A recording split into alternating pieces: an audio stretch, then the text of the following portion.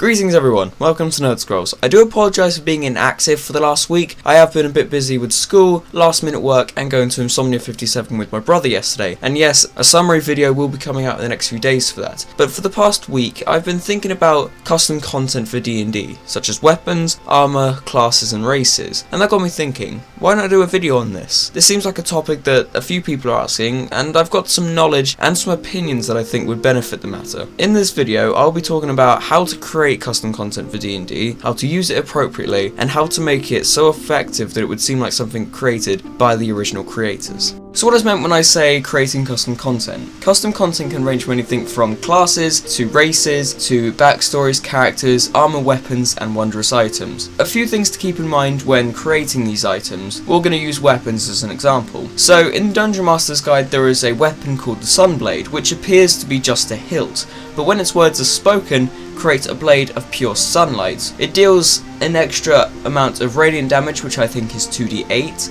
which means that it obviously deals a bit more damage than a regular weapon, but it's not too overpowering. So you need to think, will this weapon be overpowering? Will this weapon make everyone else's input seem meaningless? So say you have a regular person with a longsword and this person with a sunblade.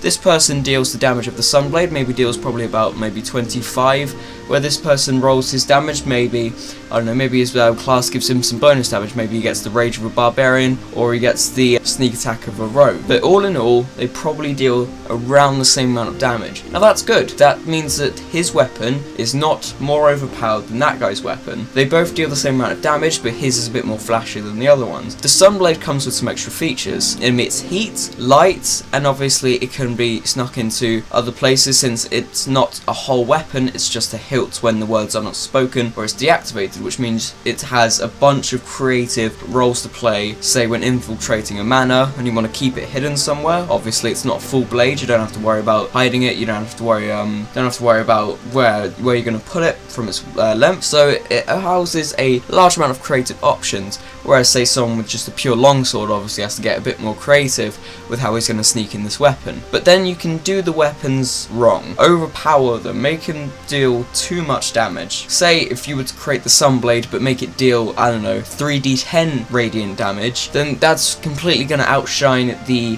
guy with the longsword who can maybe deal 1d8 damage, where he can maximum deal, let's say he has a strength of 3, he can deal a maximum of, I don't know, 11 damage, while this guy with maybe a strength of 3 as well can deal a maximum of 33 damage. That doesn't seem fair. Not just the fact that he'll be killing more things instantly, maybe if he's fighting lower level creatures, but the fact that his input is going to seemingly make more of a impact than this guy's work. So it might even strike some conflict between players. It may one of them may start getting more confident than the other, get a bit more cocky, may irritate the others, and then you're going to start fighting your group, and you want to avoid that at all costs. So when you're creating custom weapons, even armor, if you're going to give it attributes that affect regular gameplay, such as armor class, damage, or anything to do with magic, you got to make sure you don't overpower it. Maybe tone it down a little and add more fancy features to it. I think the Sunblade's cool. It may not deal that much damage, but it has some cool abilities like the lighting, the heating, and just the ability to look like a regular hilt, but then when the words are spoken to create a blade. I just think that's quite a few cool features to add.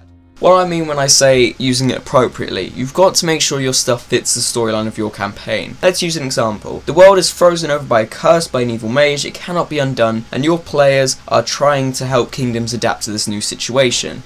Try adding a bunch of weapons that are more frost related, maybe as a template from the Dungeon Master's Guide, very handy book for all these situations. This weapon is more of like an opposite to the Sunblade, as it's not a hilt that turns into a blade, it's a kind of a flashy looking sword that emits blue light and deals cold damage and also produces cold air. This is like an opposite to use, but if you use this it may get your players into the mindset of frozen wasteland, we're in this situation, our weapons are going to help us through this. It seems like a good tool to help your players get in the right mindset, but once again, if you use the wrong situations, like maybe throwing the Sunblade around too much during like this winter, I was about to say winter wonderland, during this winter wasteland, it may kind of break them out of the situation, may like break their immersion, and may just make them not really in the mindset to play. So if you're going to use it appropriately, make sure you follow the storyline. That's my biggest tips. Make sure your stuff follows your storyline. I'm going to use this section to talk about how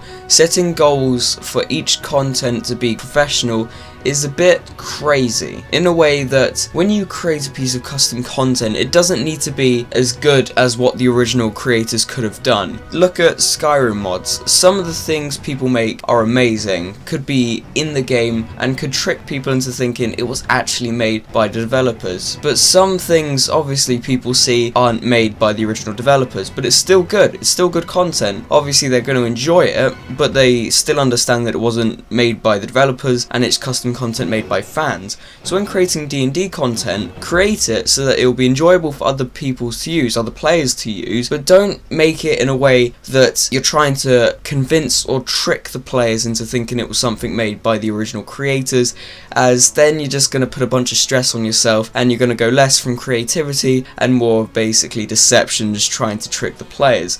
So when creating these items, make sure you create them to the best of your ability, and just always keep in mind that these need to be items that your players will enjoy using, or if it's a race, enjoy playing as, same goes for class, and just make sure your custom content is enjoyable to use. Thank you for watching. I do apologise if anything I said contradicted something else I said in this video. If you do have any questions, say in one point of the video I said something and then like 40 seconds down the line I said something that contradicted that. If you have a question saying it didn't make sense and you really want to know what I'm trying to say, put it in the comments and I'll answer it, because then I'll be able to say it properly. But when I speak for long periods of time, sometimes I start to panic and I'll say one thing and then I was trying to say the other thing, and so on and so forth. But if you like this, leave a like, comment and subscribe for more nerdy content. I will see all of you in the next video. Farewell, my friends.